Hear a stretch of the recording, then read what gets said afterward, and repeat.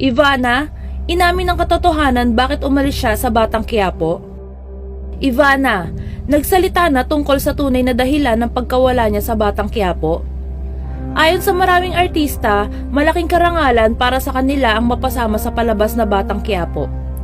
Isang sikat na vlogger na si Ivana Alawi sa mga nabiyayaan ng pagkakataon na mapasama sa serye.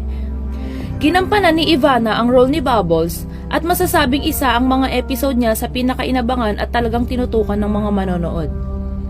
Kaya ganun na lamang ang mga katanungan nang iwan niya ang show. Namatay ang karakter ni Ivana na si Bubbles at tuluyan na itong nawala sa serye. Tanong ng marami, bakit nga ba umalis si Ivana gayong patok naman ang episodes nito? Labas ang mga bali-balita na tinanggal siya dahil sa kanyang attitude. Agad itong tinanggi ni Ivana at sinabing hindi siya tinanggal at kusa siyang umalis dahil hindi na niya ito kaya pang isa